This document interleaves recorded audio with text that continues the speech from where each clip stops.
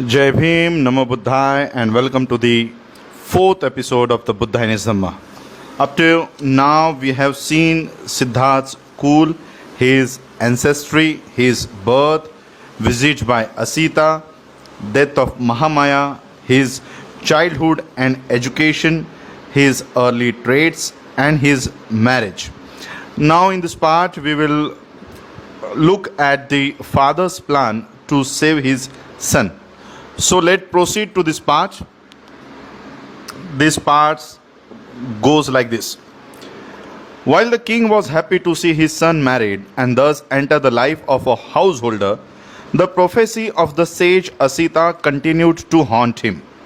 To prevent the prophecy from coming true, he thought of getting him engrossed in the pleasures and carnal joys of life.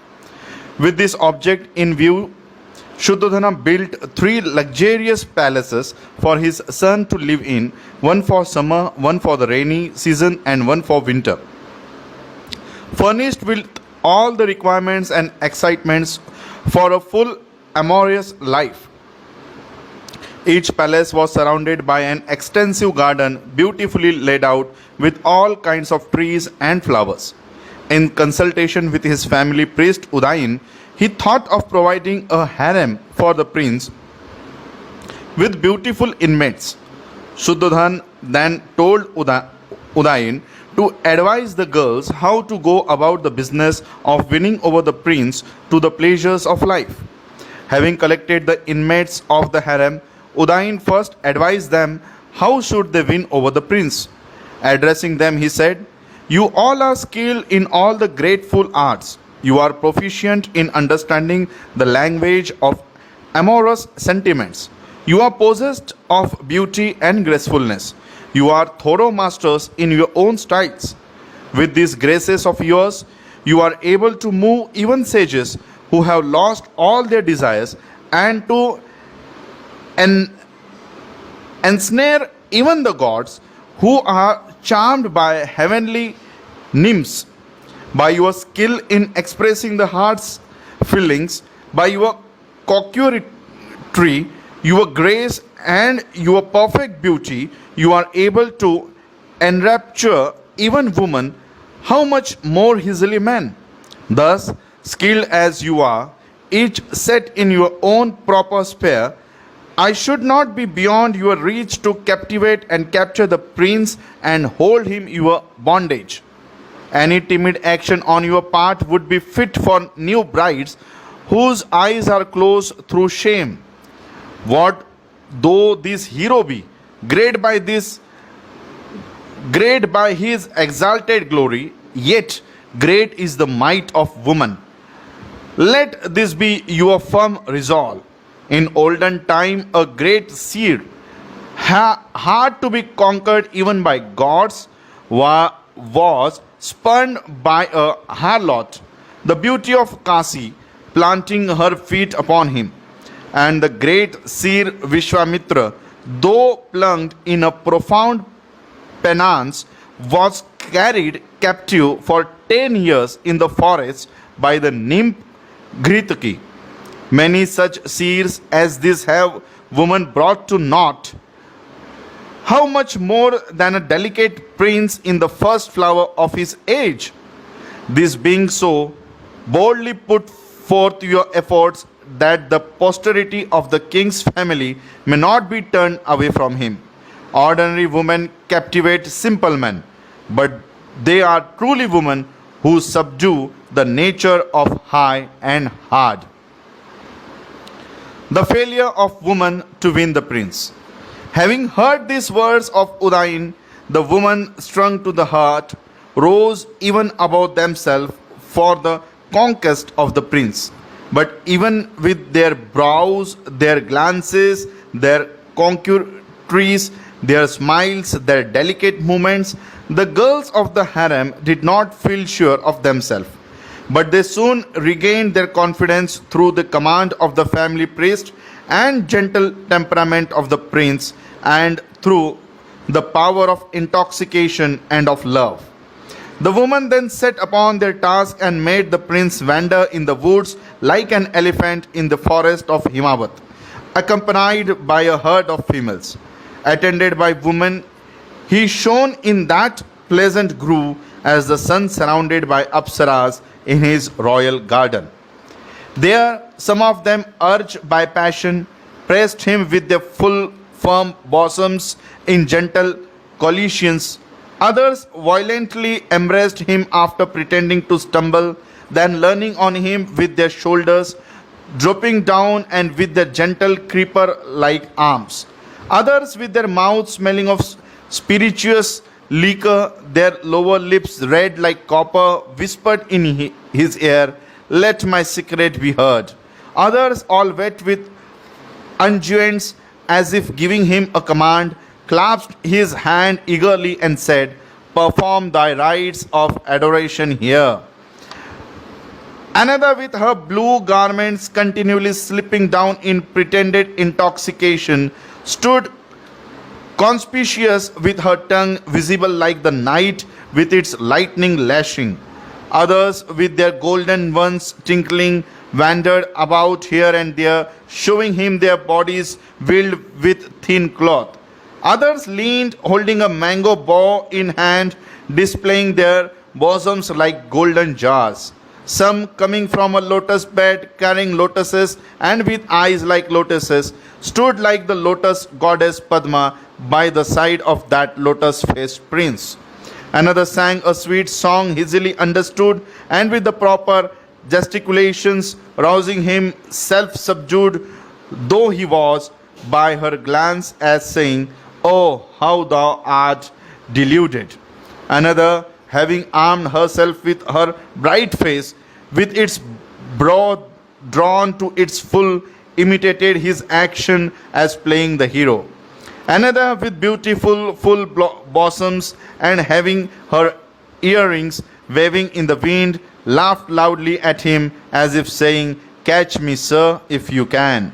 Some, as he was going away, bound him with strings of garlands. Others punished him with words like an elephant driver's hook, gentle yet reproachful. Another, wishing to argue with him, seizing a mango spray, asked, all bewildered with passion, "This flower, whose is it?" Another, assuming a gait and attitude like that of a man, said to him, "You who are conquered by a woman, go and conquer this earth." Then another, with rolling eyes, smelling a blue lotus, thus addressed the prince with words slightly indistinct in her excitement. "See, my lord, this mango covered with its honey-scented flowers, where the birds kokila sings as if imprisoned in a golden cage. Come and see this Ashoka tree which augments lovers' sorrows, where the bees make a noise as if they were scorched by fire. Come and see this Tilaka tree, embraced by a slender mango branch, like a man in a white garment, by a woman decked with yellow unguents. Behold the Kurubaka in a flower, bright like fresh resin juice, which bends down as if it felt reproached by the color of woman's nails. Come and see this young Ashoka covered all over with new shoots, which stands as if it were ashamed at the beauty of our hands. See this lake surrounded by the Sindhuvara shrubs growing on its banks, like a fair woman reclining, clad in fine white cloth. See the imperial power of females. Yonder ruddy goose in the water goes behind his mate, following her like a slave. Come and listen to the notes of the intoxicated cuckoo as he sings, while another cuckoo sings as if consenting wholly without care. Would that thine was the intoxication of birds which the spring produces, and not the thought of a thinking man, ever pondering how wise he is. Thus this young woman, their souls carried away by love, assailed the prince with all kinds of stratagems. But although thus attacked, he, having his sense guarded by self-control, neither rejoiced nor smiled. Having seen them in their real condition, the prince pondered with an undisturbed and steadfast mind. What is it that this woman lack, that they perceive not that youth is fickle? For old age will destroy whatever beauty has. This round of blandishment went on for months and years with no results. The Prime Minister's admonition to the prince. Udayan realized that the girls had failed and that the prince had shown no interest in them. Udayan, well skilled in the rules of policy, thought of talking to the prince.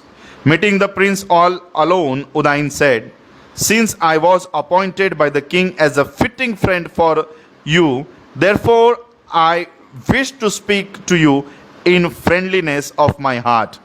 So began Udayan. To hinder from what is disadvantageous, to urge to do what is advantageous, and not to forsake in misfortune, these are the three marks of a friend.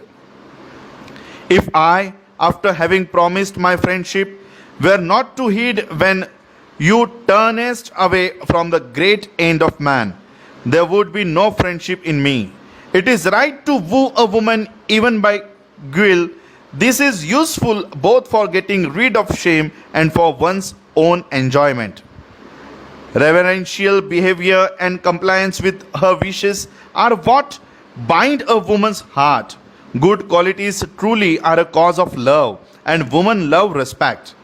Will you not then, O large-eyed prince, even if your heart is unwilling, seek to please them with a courtesy worthy of this beauty of them? Courtesy is the balm of woman. Courtesy is the best ornament. Beauty without courtesy is like a grove without flowers. But of what use is courtesy by itself? Let it be assisted by the heart's feeling. Surely, when worldly objects so hard to attain are in the grasp, thou wilt not despise them. Knowing the pleasure was the best of objects, even the god Purandara, Indra, wooed in olden times Ahalya, the wife of Saint Gautama. So too Agastya wooed Rohini, the wife of Soma, and therefore, as Shruti saith, a like thing befell Lopamudra. The great ascetic Brihaspati begot Bharadwaja on Mamata, the daughter of Maruta, the wife of Ayutthaya. The moon, the best of offerers, begat Buddha of divine nature on the spouse of Brihaspati as she was offering a libation. So too in old times Parasara, overpowered by passion on the banks of Yamuna, lay with the maiden Kali, who was daughter of the son of Varuna. The sage Vasishtha through lust begot a son Kaping Lada on Akshamala, a despised low caste woman. And the seer king Yayat, even when the vigor of his prime was gone, sported in the Kaitratha forest with the Apsara Vishwaki. And the Kaurava king Pandu, though he knew that intercourse with his wife would end in death, yet overcome by the beauty and good qualities of Madri, yielded to the pleasure of love. Great heroes such as this pursued even contemptible desires for the sake of pleasure, how much more so when they are praiseworthy of their kind. And yet, though a young man, possessed of strength and beauty, despised enjoyments which rightly belong to you and to which the whole world is devoted. The prince replied to the prime minister. Having heard these spacious words of his, well supported by sacred tradition, the prince made reply in a voice like the thundering of a cloud. This speech manifesting affection is well befitting in thee, but I will convince you as to where you wrongly judgest me. I do not despise worldly objects. I know that all mankind is bound up therein. But remembering that the world is transitory, my mind cannot find pleasure in them. Yet, even though this beauty of woman were to remain perpetual, still delight in the pleasures of desire would not be worthy of the wise man. And as for what you say as to even those great men having become victims to desire, do not be led away by them, for destruction was also their lot. Real greatness is not to be found there, where there is destruction or where there is attachment to earthly object or a want of self-control. And when you say, let one deal with woman by guile, I know about guile, even if it be accompanied with courtesy. That compliance too with a woman's wishes pleases me not, if truthfulness be not there.